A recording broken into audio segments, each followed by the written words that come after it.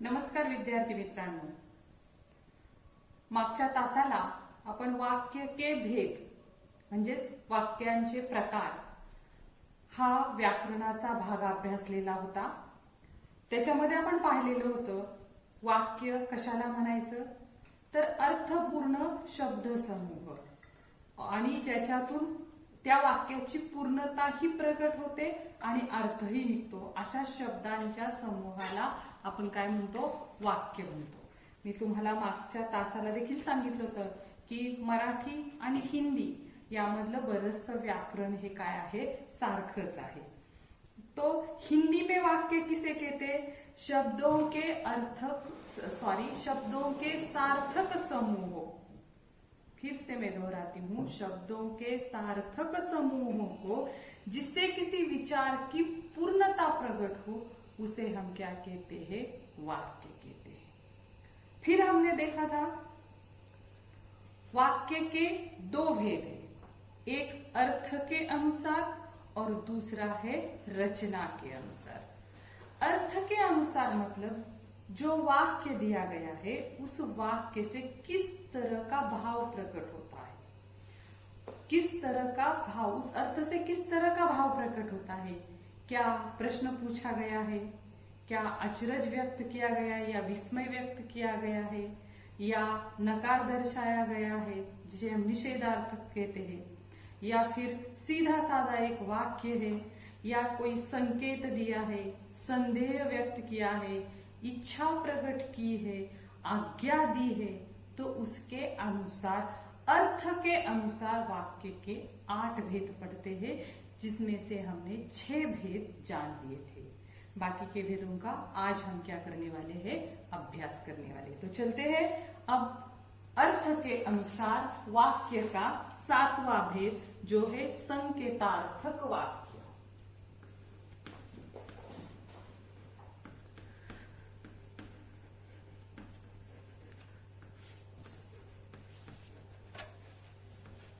थोड़ा सा मैं पिछली तासिका की रिवीजन लेना चाहूंगी. जैसे कि हमने विधानार्थक वाक्य देखा था, तो उसने हमने क्या देखा था, जिस वाक्य में किसी क्रिया के होने या करने की सूचना होती है बस उस वाक्य को हम कहते हैं विधानार्थक वाक्य. फिर हमने देखा था दूसरा वाक्य निषेधार्थक वाक्य, जिस वाक्य में किसी बात के न होने या न करने की सूचना होती हो तो उसे कहा है निषेधार्थक वाक्य. तीसरा प्रकार हमने प्रश्नार्थक वाक्य देखा था, जिसमें जिस वाक्य में प्रश्न पूछा जाता है उस वाक्य को हम प्रश्नवाचक या प्रश्नार्थक वाक्य कहते हैं. फिर चौथा प्रकार हमने देखा था आज्ञार्थक वाक्य. वैसे तो मैंने आप लोगों को ये भी बताया था वाक्य प्रकार के ये जो नाम है आज्ञार्थक, प्रश्नार्थक, विस्मयार्थक, तो उसमें ही उनके नाम में ही उनकी व्याख्या और उनकी पहचानने की एक क्लू हमें मिल जाता है. जैसे कि आज्ञार्थक वाक्य, जिस वाक्य में आज्ञा होती है और आज्ञा के साथ साथ प्रार्थना का भी बोध होता हो तो उस वाक्य को हम कहते हैं आज्ञार्थक वाक्य. फिर 5वां प्रकार हमने देखा था इच्छार्थक वाक्य, जिस वाक्य में इच्छा, कामना, आशीर्वाद दर्शाया जाता है या उसका बोध होता हो उस वाक्य को हम इच्छार्थक वाक्य कहते हैं. और 6ठा प्रकार हमने अंत में देखा था संदेहार्थक वाक्य, जिसमें संदेह या शक या शंका उस बात का बोध होता हो तो उसे हम संदेहार्थक वाक्य कहते हैं. मैंने आप लोगों को पढ़ाते वक्त ये भी बताया था कि बाकी के 4 पहले जो 4 भेद आसानी से पहचाने जा सकते हैं, लेकिन 5वां, 6ठा और 7वां जैसे कि इच्छार्थक वाक्य, संदेहार्थक वाक्य और आज जो देखने वाले हैं संकेतार्थक वाक्य, इसमें आप लोगों को समझने में थोड़ी सी दिक्कत होती है. तो उनमें जो 3 भाव बताए गए हैं वो पास पास के हैं. हमें उन भावों को बारीकाई से समझ लेना है तो हम उसके भेद भी ठीक ठाक पहचान सकेंगे. तो संदेहार्थक वाक्य, संदेहार्थक वाक्य में क्या होता है, जैसे कि हमने देखा संदेह और शंका दिखाई जाती है, उसका बोध होता है. और संकेतार्थक वाक्य में क्या होता है, तो संकेत या अपेक्षा का बोध होता है. अब वाक्य देखिए, जैसे कि अगर गाय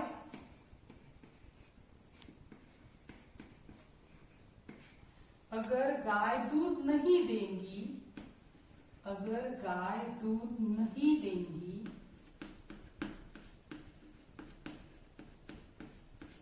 अगर गाय दूध नहीं देगी तो इसका क्या करेंगे। अगर गाय दूध नहीं देगी तो इसका क्या करेंगे। तो देखो इस वाक्य में एक अपेक्षा या दिखाई गई कि गाय अगर दूध नहीं देती है तो फिर इस गाय का हम क्या करें। हर मनुष्य गाय दूध के लिए ही तो पालता है, अगर उस गाय ने दूध देना ही बंद कर दिया है तो फिर गाय का क्या करे। तो यह संकेत, एक संकेत दर्शाया गया है या एक अपेक्षा व्यक्त की गई है, तो इसलिए ये वाक्य संकेतार्थक वाक्य में आता है। फिर और एक वाक्य देखिए, चुपचाप पड़ा रहूंगा। आप लोगों को जब मैं फलक पर वाक्य लिख रही हूं तो आप लोगों को लिख लेना है। मैंने पिछली तासिका को भी बताया था और हमने पाठ पढ़ाए थे, तो पाठ पढ़ाते वक्त तो मैंने आप लोगों को शब्द के अर्थ सिर्फ लिखने के लिए कहा था और बाद में आप स्वाध्याय लिख रहे थे। लेकिन अब व्याकरण है तो आपको हर एक शब्द को लिख लेना है और आपके काफी में ये होना चाहिए, लिखा हुआ होना चाहिए। तो देखो दूसरा वाक्य हम लिख रहे हैं, आपने पहला वाक्य लिखा होगा, अगर गाय दूध नहीं देगी तो इसका क्या करेंगे। दूसरा वाक्य, चुपचाप पड़ा रहूंगा तो कोई मिलने वाला तंग नहीं करेगा। चुपचाप पड़ा रहूंगा तो कोई मिलने वाला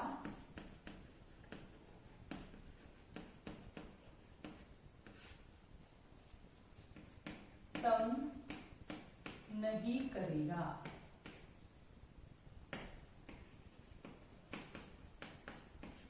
तो यहां पर एक संकेत दिया है, अगर मैं चुपचाप पड़ा रहूंगा तो जो भी मिलने आएगा उसे लगेगा कि ये मनुष्य सो गया है, तो उसे उठाकर उसे बात करने, उसे परेशान करने की बात ही पैदा नहीं होगी। तो यहाँ पर एक संकेत दिया है, इसीलिए इसे संकेतार्थक वाक्य कहते हैं। चुपचाप पड़ा रहूंगा तो कोई मिलने वाला तंग नहीं करेगा, संकेत दर्शाया गया है। और एक वाक्य लिख लेती हूं, अगर अच्छा काम करेंगे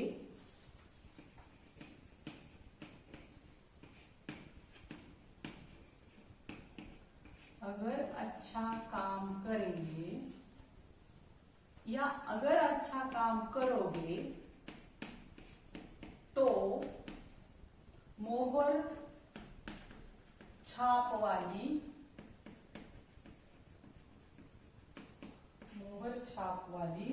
धोती दूंगी। हम अक्सर बच्चों को कहते तुम मेरा ये काम करोगे तो मैं तुम्हें चॉकलेट दूंगा। तो ये संकेत होता है, काम करवा लेने के लिए हम उसे क्या करते हैं, इस तरह का एक आमिष देते हैं। तो ये संकेत होता है, अगर काम करोगे तो तुम्हें ये मिलेगा। तो ये जो संकेत है, यहाँ पर भी वही बात हुई है, अगर अच्छा काम करोगे तो मोहर छाप वाली धोती दूंगी। उस नौकर को, उस मालकिन ने ये आमिष दिया है कि अगर तुम अच्छा काम करोगे तो मैं तुम्हें धोती दिलवा दूंगी। तो ये संकेत है, अगर काम अच्छा नहीं होगा तो नहीं मिलेगा। तो ये संकेत की बात है। तो इस तरह से इन तीनों वाक्यों को अगर हम फिर से देखेंगे, अगर गाय दूध नहीं देगी तो इसका क्या करेंगे, चुपचाप पड़ा रहूंगा तो कोई मिलने वाला तंग नहीं करेगा। यह संकेत क्या दिया है कि मैं पड़ा रहूंगा तो आने वाला समझेगा कि ये सो गया है, ये संकेत दिया है यहाँ पर। दूसरे में अगर अच्छा काम करोगे, मतलब अगर अच्छा काम नहीं करोगे तो ये नहीं मिलेगा, ये संकेत दर्शाया गया है।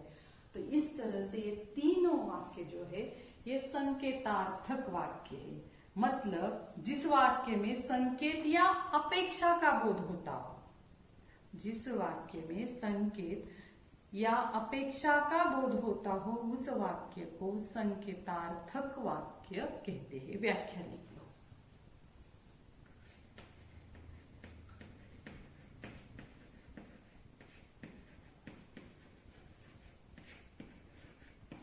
जिस वाक्य में संकेत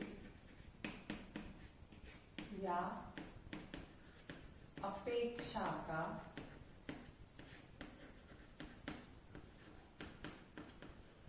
बोध होता हो उसे संकेतार्थक वाक्य कहते हैं।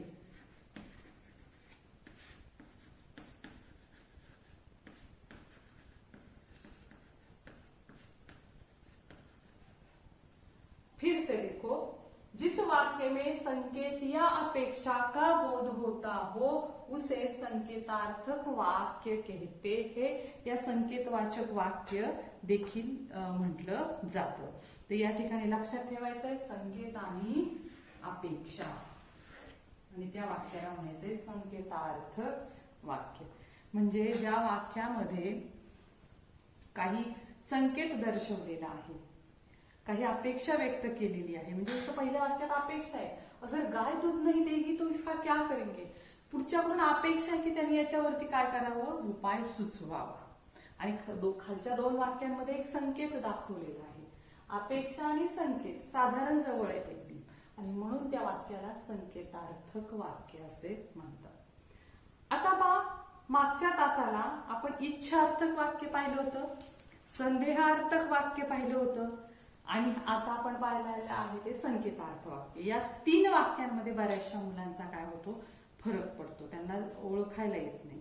तर इच्छार्थक वाक्यामध्ये काय सांगितलेलं आहे, इच्छा, कामना, अपेक्षा, आशीर्वाद।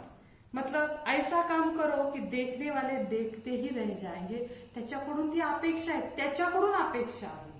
किंवा मानो दीदी आप सदा सुखी रहो, तिच्या बाबतीत आशीर्वादाची म्हणजे त्या समोरच्या व्यक्तीच्या बाबतीत इच्छा व्यक्त केलेली। त्यानंतर आपण जो दुसरा प्रकार पाहिला होता संदेहार्थ, त्याच्यामध्ये ओळखायचं म्हणजे शायद या शब्दांचा जास्त, हो सकता है, शायद या शब्दांचा वापर जास्त असतो। जसं अर्थ तो शायद मेरी कविताओं में भी आपको मिल जाएगा, या शायद गरीब भूख की लाचारी से श्रम करताय। म्हणजे या ठिकाणी एक संदेह व्यक्त केलेला आहे, पण कुठला संकेत नाही दाखवलेला। जसं या वाक्यांमध्ये संकेत आहे, म्हणजे काम नाही केलं तर हे मिळणार नाही। या ठिकाणी जर मी झोपून राहिलो तर तो असं समजेल, म्हणजे इथं काय केलेलं आहे, एक संकेत दिलेला आहे त्याच विषयाचा। आणि संदेहार्थक मध्ये काय होईल ते नाही सांगू शकणार, इथं काय होईल ते सांगणार आहे। काम नाही चांगलं केलं तर धोती मिळणार नाही, किंवा गपचूप पडून राहिलो तो माणूस मला झोपलेला समजेल। म्हणजे संकेत बरोबर दाखवलेला आहे, आणि संदेहामध्ये काय होईल तो सांगितलेला नाही, फक्त संदेह व्यक्त केलाय। अर्थ तो शायद मेरी कविता में भी मिल जाएगा, म्हणजे त्यांनी फक्त संदेह सांगितलेला आहे। किंवा गरीब भूख की लाचारी से शायद का आश्रम करता होगा, म्हणजे दुसरा भाग काय आहे त्याचा तो तिथे सांगितलेला नाहीये। किंवा मानू के ससुराल वाले चिक या शीतल पार्टी की प्रतीक्षा कर रहे होंगे, म्हणजे या ठिकाणी संदेह किंवा शंका सांगितलेली आहे। तर हा इच्छा, संदेह आणि संकेत या तिन्ही मधला फरक आहे, आणि तोच फरक तीन वाक्यांमध्ये आहे। आपण जेव्हा वाक्य प्रकार ओळखणार आहोत त्यावेळेला याबद्दल आपण जास्त सविस्तर चर्चा करू। आणि आता अर्थानुसार वाक्याचा शेवटचा 8वा प्रकार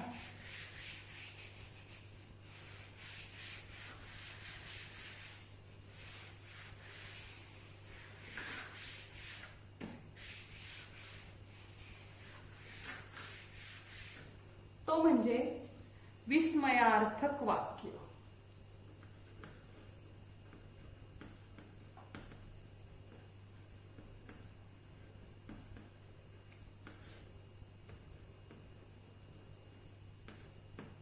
आता याच्यामध्ये काय होतं पहा, आपण म्हणतो विस्मय, अचरज, आश्चर्य, परंतु प्रत्येक जो मनातला भाव भावना आहे ज्या प्रकट व्यक्त होतात, मग शोक असेल, विस्मय असेल, घृणा असेल, या सगळ्यांबद्दलचे विस्मयार्थक जे उद्गार असतात ते सगळे या वाक्यांमधून काय होत असतात, व्यक्त होत असतात.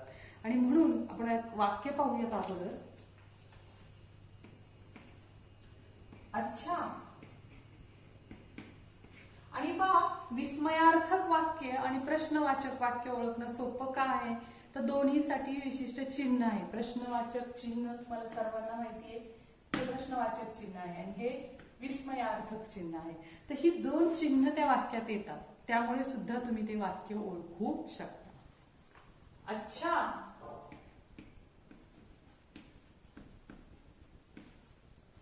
फूल अपनी गंध नहीं बेचेगा.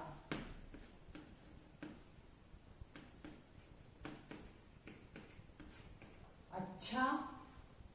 विस्मयार्थक चिन्ह, फूल अपनी गंध नहीं बेचेगा. तर हे वाक्य कसं म्हणणार? अच्छा, फूल अपनी गंध नहीं बेचेगा. या दुसरा वाक्य, आहा,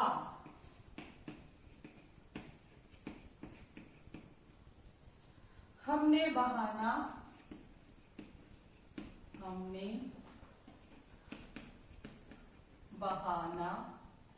सोच लिया.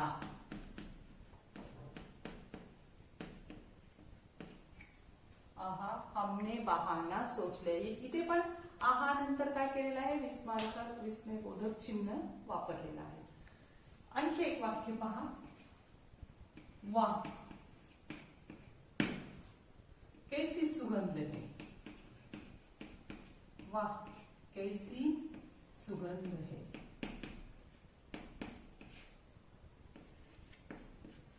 आता पहा, ही सगळी वाक्य ज्यावेळेला आपण एखादी गोष्टीकडे आश्चर्याने पाहतो, त्याच वेळेला मग तो शोक असेल, विस्मय असेल, घृणा असेल, कुठलाही भाव असेल, परंतु अचानक पाहतो आणि ते अचानक आपल्या तोंडातून ते उद्गार निघतात, त्याला विस्मयार्थक वाक्य म्हणलेले किंवा विस्मयबोधक वाक्य म्हणलेलं आहे.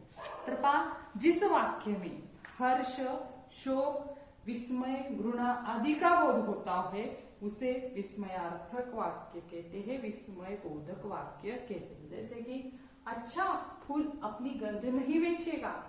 अचरज व्यक्त किया है. आहा, हमने बहाना सोच लिया है.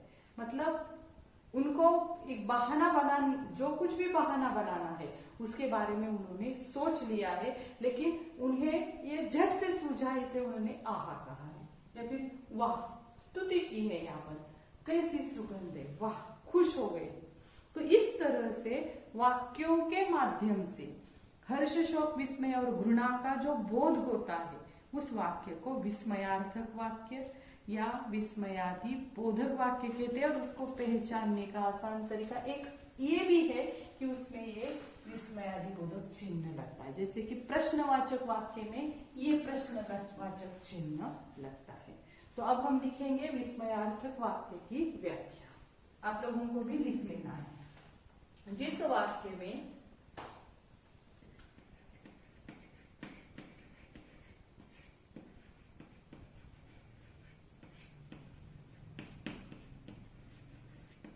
घृणा, हर्ष, विस्मय, जिस वाक्य में घृणा, हर्ष, शोक, विस्मय,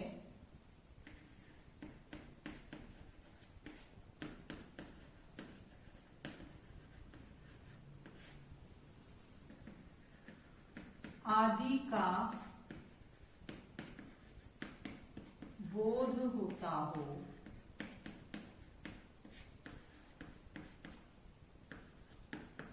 उस वाक्य को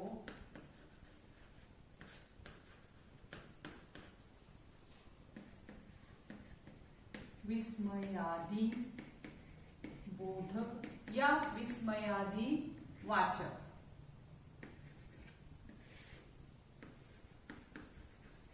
वाक्य कहते हैं. मराठीमध्ये आपल्याला आपण त्याला उद्गारवाचक वाक्य म्हणतो. म्हणजे मुखामधून उत्स्फूर्तपणे पडलेले उद्गार, भावनेचा उद्गार तुमच्या मराठीच्या व्याख्येत शब्द असणारे. भावनेचा उद्गारामध्ये हर्ष आला, शोक आला, आश्चर्य आलं, घृणा आली, छी, ये घृणा का जो स्वर है वो भी विस्मयादि बोधक अव्यय ही है. तो उनको यहाँ पर क्या किया जाता है, उनका इस्तेमाल किया जाता है. तो विस्मयादि बोधक वाक्य की व्याख्या ये हो गई. जिस वाक्य में आपने अगर लिख लिया नहीं हो तो लिख लीजिए.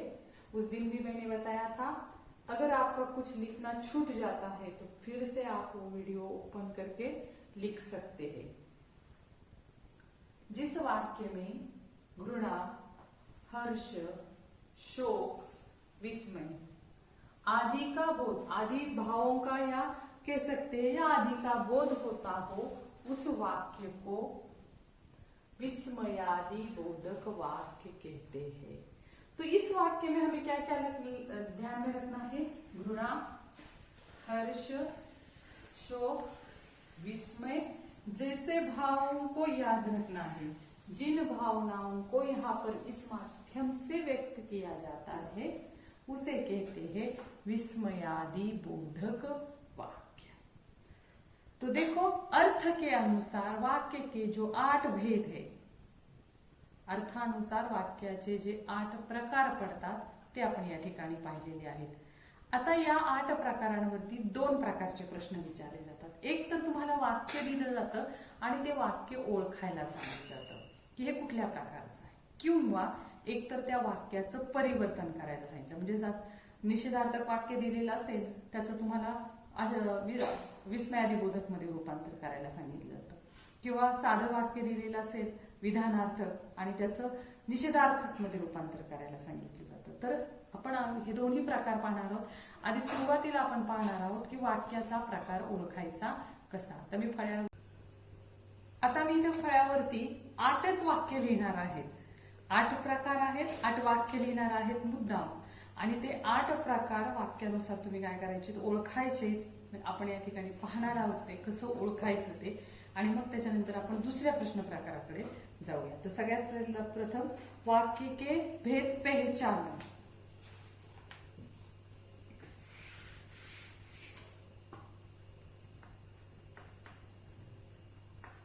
वाक्य के अर्थ के अनुसार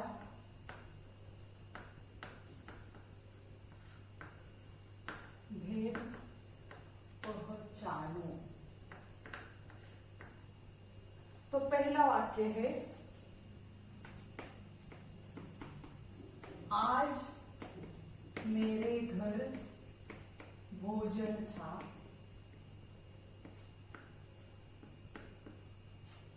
दूसरा वाक्य है, जाओ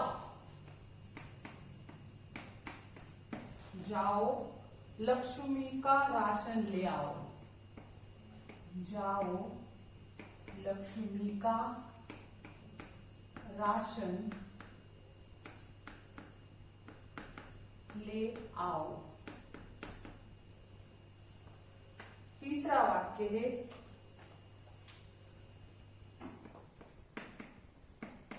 चांदी कहाँ छिपा रखी है. चांदी कहाँ छिपा रखी है. चौथा वाक्य है, मेरे पास कोई धन नहीं है. मेरे पास कोई धन नहीं है. फलक पर जो वाक्य मैं लिख रही हूं आप लोगों को भी लिख लेना है. वाक्य के अर्थ के अनुसार भेद पहचानो. वाक्य के अर्थ के अनुसार भेद पहचानो. पहला वाक्य है, आज मेरे घर भोजन था. दूसरा वाक्य मैंने लिखा है, जाओ लक्ष्मी का राशन ले आओ. तीसरा वाक्य है, चांदी कहाँ छिपा रखी है. चौथा वाक्य है, मेरे पास कोई धन नहीं है. अब पांचवा वाक्य लिख लीजिए आप.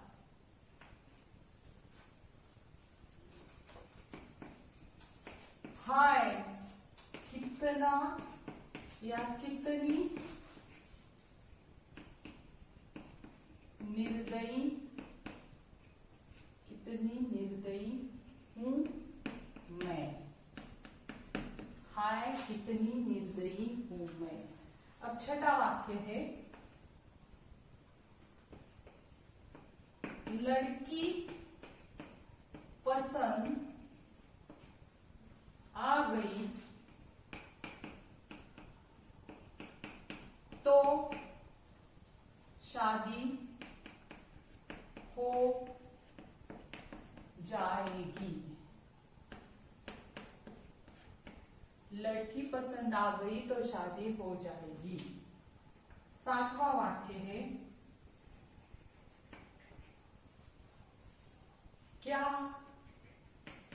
नागर जी नेहरू जी के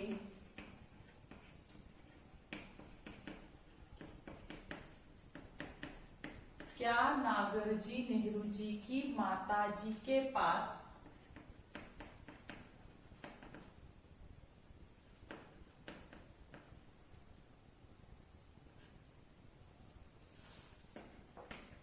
रोज जाते थे। आठवां वाक्य है, अब शायद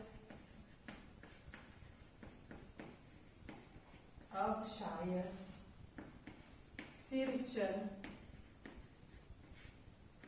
न आए। अब शायद सिरचन न आए। देखो आप लोगों को ये सभी वाक्य लिख लेने हैं, जैसे कि मैंने यहाँ फलक पर लिखे हैं। आज मेरे घर भोजन था, आप लोगों ने लिख लिया होगा। जाओ लक्ष्मी का राशन ले आओ। चांदी कहाँ छिपा रखी है। मेरे पास कोई धन नहीं है।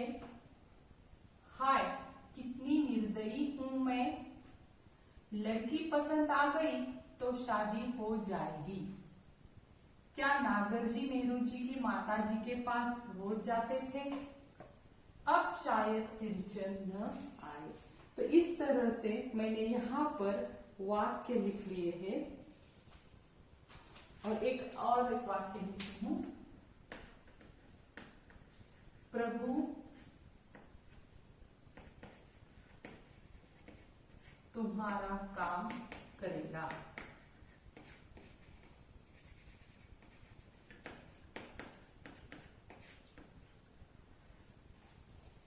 अब देखो वाक्य की पहचान हम कैसे करेंगे। आप लोग थोड़ी देर अगर लिख रहे हैं तो आप थोड़ी देर पर इधर ध्यान दीजिए, क्योंकि अंत में मैं फिर से आप लोगों को लिखने के लिए फलक पर वक्त दूंगी। तो आप लोगों को सबसे पहले आप लोगों को वाक्य के प्रकार याद करने, अर्थ के अनुसार। तो आपको 8 प्रकार झट से याद होने चाहिए, जैसे कि विधानार्थक वाक्य, निषेधार्थक वाक्य, इच्छार्थक वाक्य, आज्ञार्थक वाक्य, संदेहार्थक वाक्य, संकेतार्थक वाक्य, विस्मयादिबोधक वाक्य। तो इस तरह से आपको वाक्य के 8 प्रकार याद होने चाहिए। और पहचान करना जब शुरू करेंगे, हर वाक्य की पहचान हम कैसे करेंगे, आसान सा तरीका है। सबसे पहले 2 प्रकार हमें देखने हैं, प्रश्नवाचक वाक्य है या विस्मयादिबोधक वाक्य। ये सबसे आसान है, क्योंकि यहाँ चिन्ह भी लगते हैं और उसमें से बोध अर्थ जो भाव है वो स्पष्ट दिखाई देते। जैसे देखेंगे हम किन वाक्यों में प्रश्न पूछा गया है। तो देखो आज मेरे घर भोजन था, ये तो प्रश्न नहीं है। आओ लक्ष्मी का राशन ले जाओ, इसमें भी प्रश्न नहीं है। चांदी कहाँ छिपा रखी है, प्रश्न है। प्रश्नवाचक चिन्ह भी है, तो ये हो गया प्रश्नार्थक वाक्य।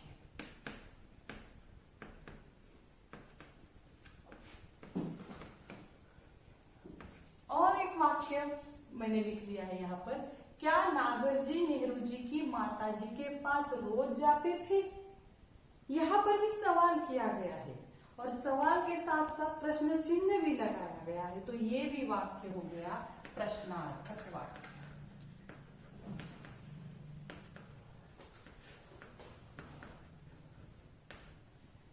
गलती से मैंने एक ज्यादा वाक्य लिख लिया था, प्रश्नार्थक वाक्य मुझसे ज्यादा हो गया। तो अब बचे जो 7 प्रकार है वो हमें ढूंढने हैं।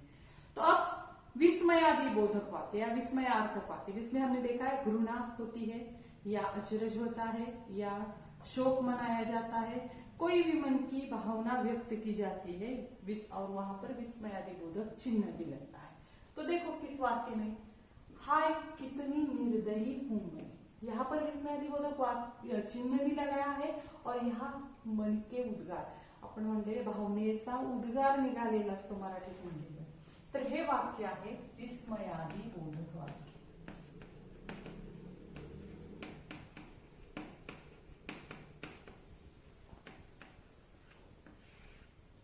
आता आपण दोन पाहिले, एक प्रश्न पाहिला, एक विस्मयादि बोधक आहे। आणखी एक प्रकार ओळखणं खूप सोपं आहे आणि तो म्हणजे निषेधार्थक वाक्य, ज्या वाक्यामध्ये नकार, न होने की, किसी बात के न होने या न करने का बोध होता हो, नकार दर्शायला। तर बघूया त्याच्यात कुठे नकार दर्शवलेला आहे। आज मेरे घर भोजन था, नकार नाहीये। जाओ लक्ष्मी का राशन ले आओ, नकार नाहीये। मेरे पास कोई धन नहीं है, तो ये हो गया निषेधार्थक वाक्य।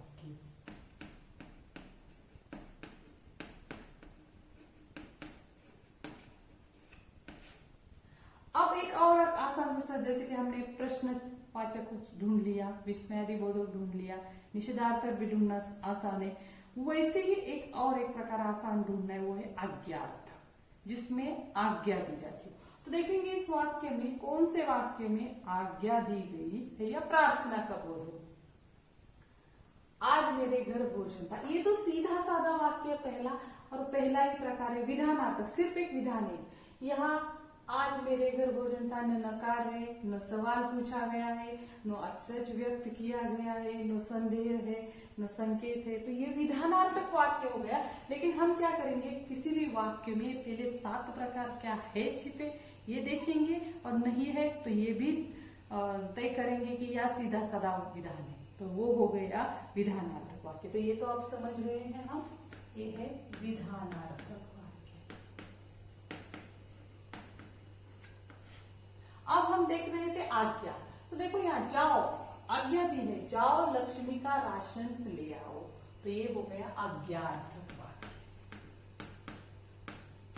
तो हमने 4 आसान से तरीके से 8 में से 4 प्रकार ढूंढ लिए, जिसमें विस्मय, निषेध, प्रश्नार्थक, आज्ञा, विधान, मतलब 4 नहीं 5 हो गए हैं। अब बचे हैं 3, जिसमें ज्यादातर छात्र क्या करते हैं, चूक जाते हैं। वो कौन से है, संदेह, संकेत और इच्छा। तो ये जो 3 वाक्य, प्रभु तुम्हारा काम करेगा, अब शायद शीर्ष न आए, और यहाँ लड़की पसंद आ गई तो शादी हो जाएगी। तो ये 3 प्रकारों में से हम कौन सा प्रकार किस वाक्य का एक ढूंढे। तो यहाँ पर देखो, लड़की पसंद आ गई तो शादी हो जाएगी, अगर लड़की पसंद नहीं आई तो शादी नहीं होगी, मतलब यहाँ पर क्या मिला है, संकेत मिला। तो ये वाक्य हो गया संकेतार्थक।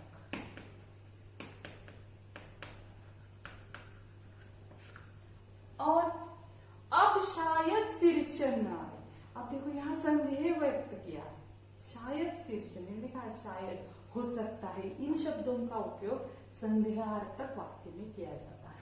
तो ये हो गया संदेहार्थक वाक्य। और प्रभु तुम्हारा काम करेगा, इच्छा व्यक्त की है, आशीर्वाद दिया है या कामना की है, तो ये हो गया इच्छार्थक वाक्य।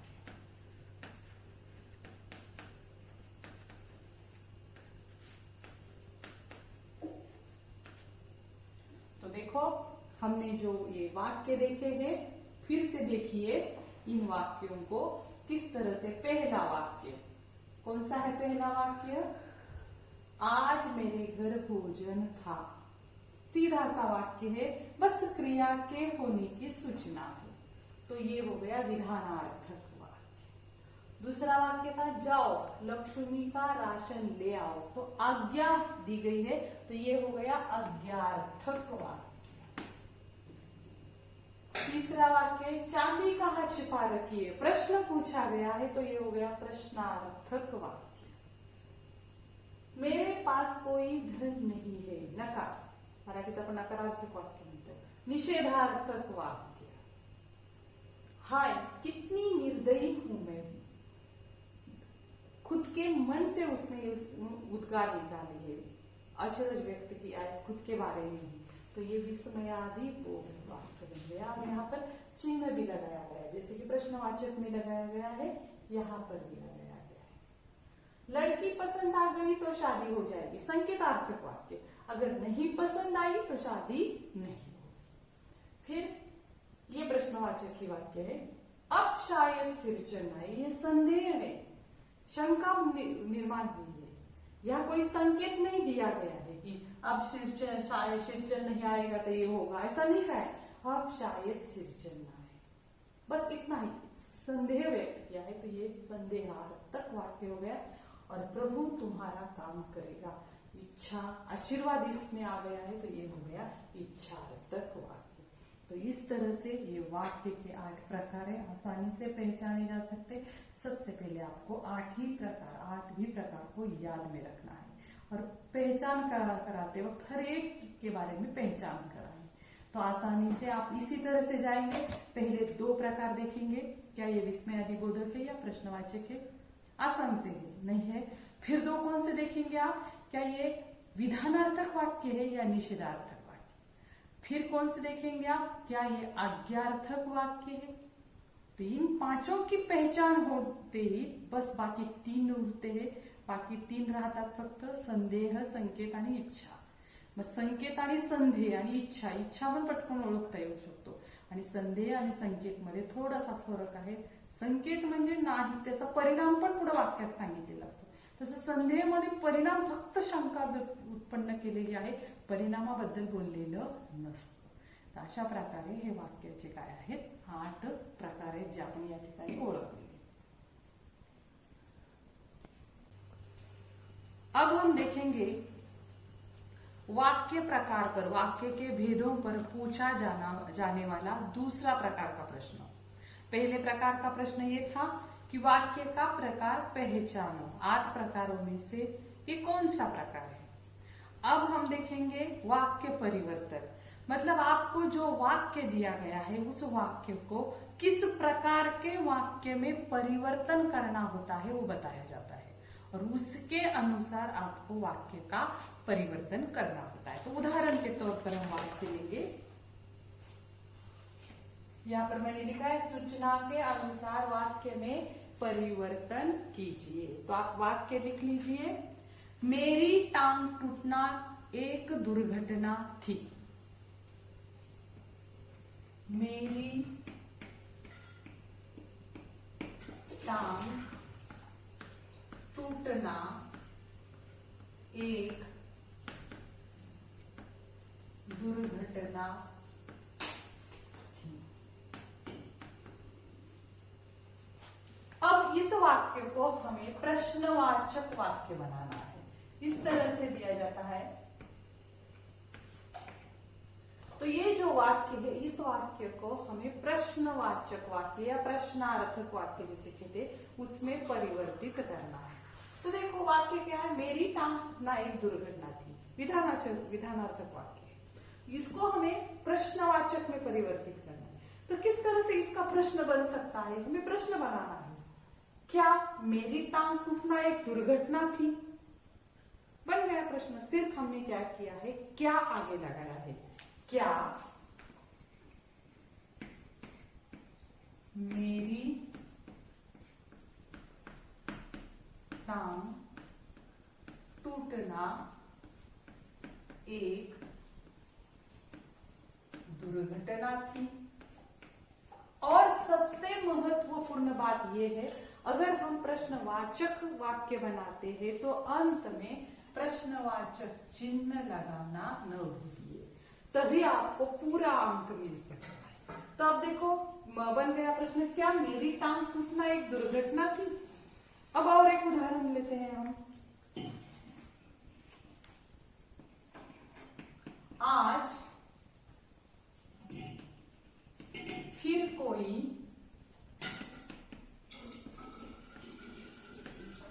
दुर्घटना होगी।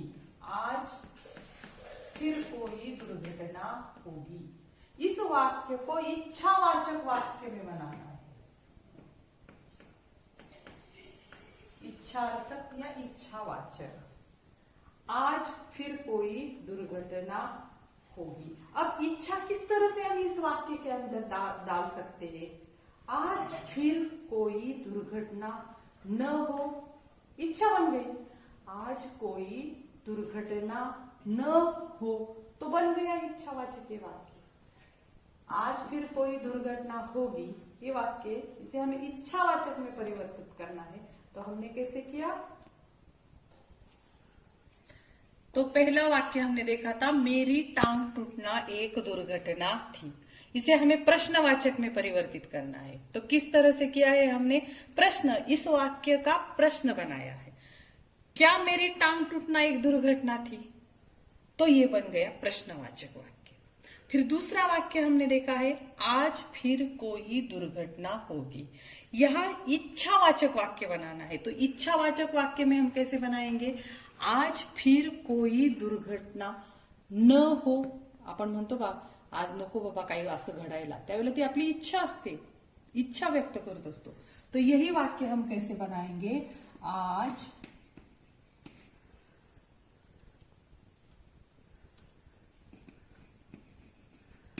फिर कोई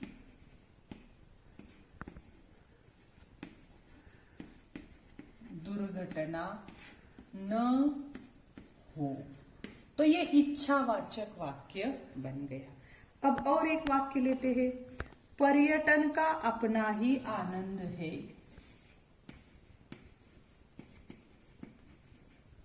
पर्यटन का अपना ही आनंद है। अब इस वाक्य को हमें बनाना है विस्मयावाचक या विस्मयादि बोधक।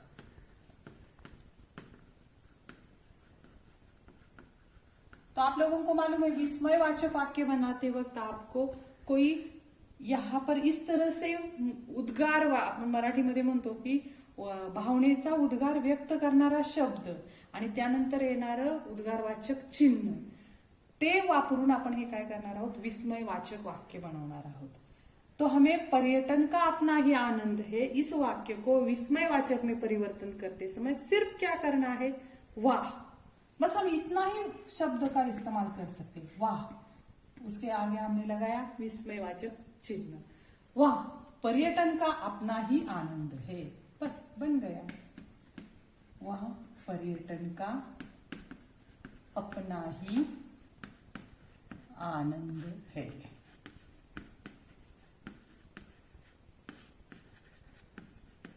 तो देखो, परिवर्तन करते वक्त हमें याद रखना है, ये जो पहला वाक्य हम यहाँ पर देखे उसे प्रश्नवाचक बनाना है। तो प्रश्नवाचक बनाते वक्त आपके समझ में आना चाहिए, वाक्य में प्रश्न पूछना चाहिए और अंत में प्रश्न चिन्ह लगाना है।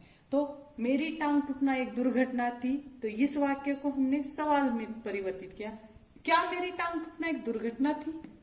बन गया प्रश्नवाचक वाक्य। दूसरा हमें इच्छावाचक बनाना था, इच्छा व्यक्त करनी है, आज फिर कोई दुर्घटना होगी। तो हम जब इच्छा व्यक्त करते तो ऐसे नहीं करते कि आज दुर्घटना हो, हम क्या कहते हैं? आज फिर कोई दुर्घटना न हो। तो ये हो गया इच्छावाचक वाक्य।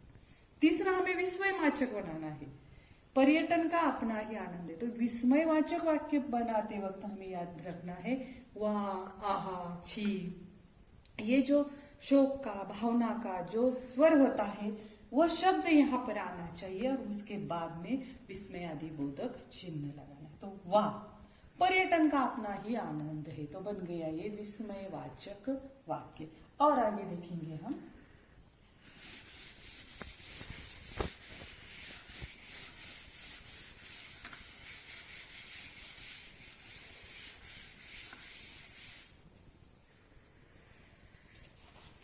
तुम्हें अपना ख्याल रखना चाहिए।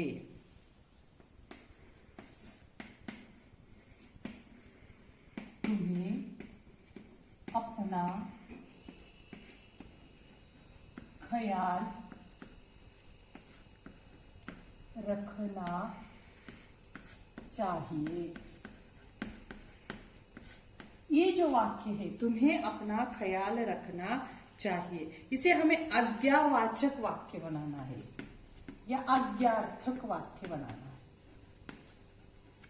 अब देखो, आज्ञार्थक वाक्य बनाते वक्त भी हमने देखा है आज्ञा का शब्द होता है, जैसे तुम्हें अपना ख्याल रखना चाहिए, तो हम क्या कह सकते हैं, तुम अपना ख्याल रखो, तो बन गया ये आज्ञार्थक वाक्य। तुम्हें अपना ख्याल रखना चाहिए, ये तो इच्छार्थक हो गया, लेकिन हमें आज्ञार्थक में परिवर्तित करना है, तो तुम अपना ख्याल रखो।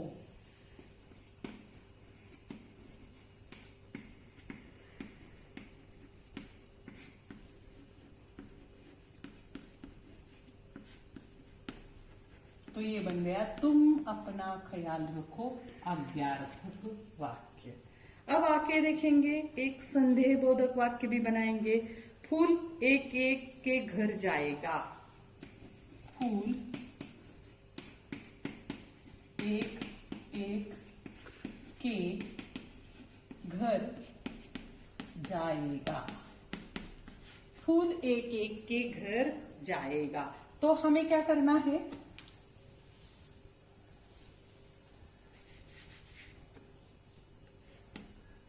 इस वाक्य को हमें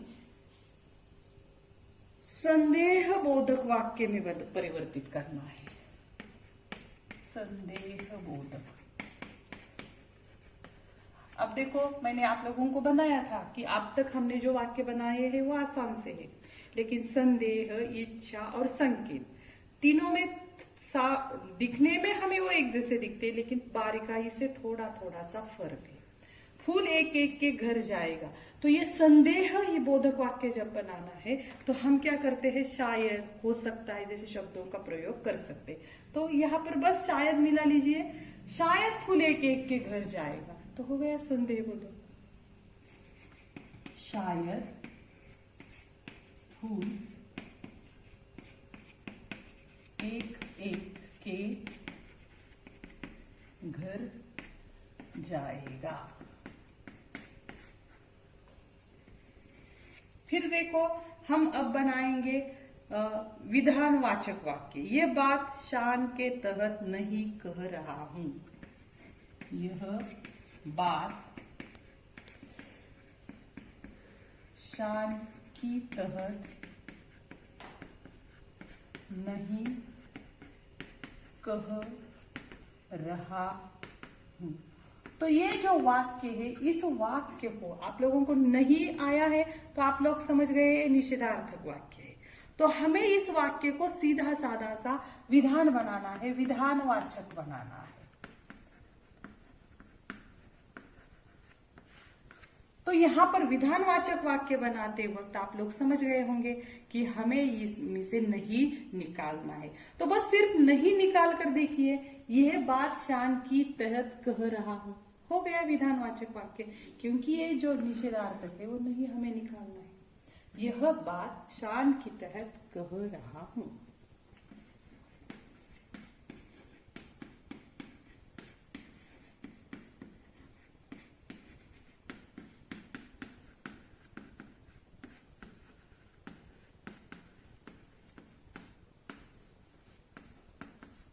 तो इस तरह से हम क्या कर सकते हैं, वाक्य में परिवर्तन कर सकते हैं। एक वाक्य देखेंगे हम, एक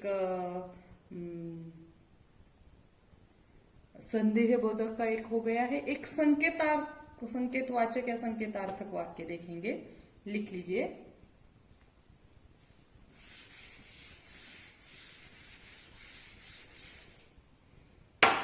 चुपचाप पड़े रहने पर कोई तंग नहीं करेगा। हमने अभी अभी वो देखा था। तो अगर संकेतवाचक वाक्य बनाने हो तो चुपचाप पड़ा रहूंगा तो कोई तंग नहीं करेगा, हमने ये वाक्य वहां पर देखा था। अब निषेधार्थक बनाना है तो कैसे करेंगे, नागर जी के पिताजी सरकारी नौकर थे। नागर जी के पिताजी सरकारी नौकर थे।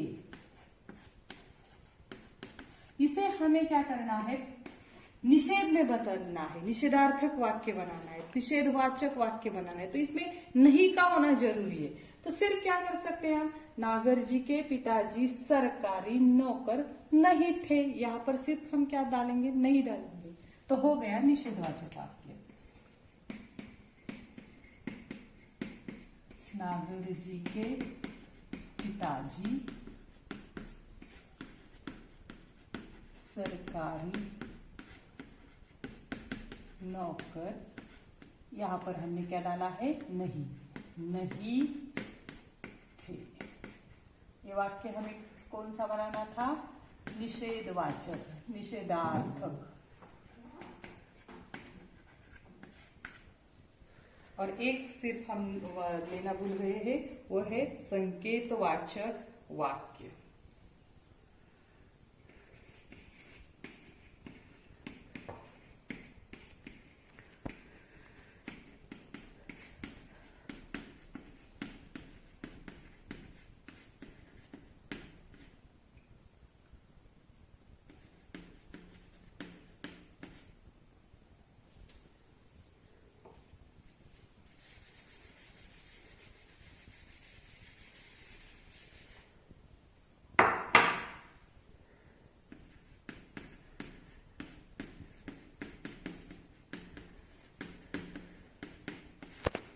पढ़ाई करूंगा और पास हो जाऊंगा, इसे हमें संकेतवाचक वाक्य में परिवर्तित करना है।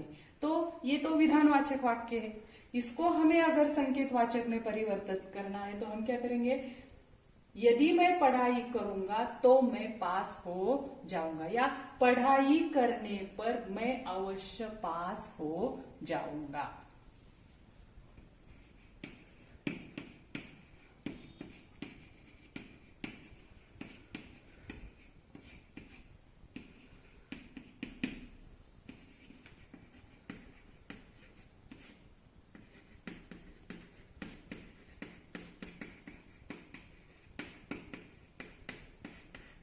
तो इस तरह से हमने वाक्य के 8 प्रकार देखे हैं जो किस तरह से परिवर्तित करने हैं। तो अगले तासिका को हम वाक्य का जो दूसरा प्रकार है, हमने ये सभी वाक्य प्रकार देखे अर्थ के आधार पर, अब हम देखेंगे रचना के आधार पर। तो आप लोगों को क्या करना है, आपके पाठ्य पुस्तक में किताबों में कई वाक्य दिए हुए हैं, उन वाक्यों को ढूंढ कर निकालना है और ये किस प्रकार का वाक्य है ये हमें लिखना है। जैसे कि मैंने पिछली तासिका को आपको हर वाक्य प्रकार के 5-5 प्रकार लिखने को बोले थे। अब आपको क्या करना है, कोई भी वाक्य उठाना है, उसे लिखना है और ये कौन से प्रकार का है ये ढूंढकर उसके सामने लिखना है। तो ये भी आपके कॉपी में व्याकरण के विभाग में लिखा होना चाहिए।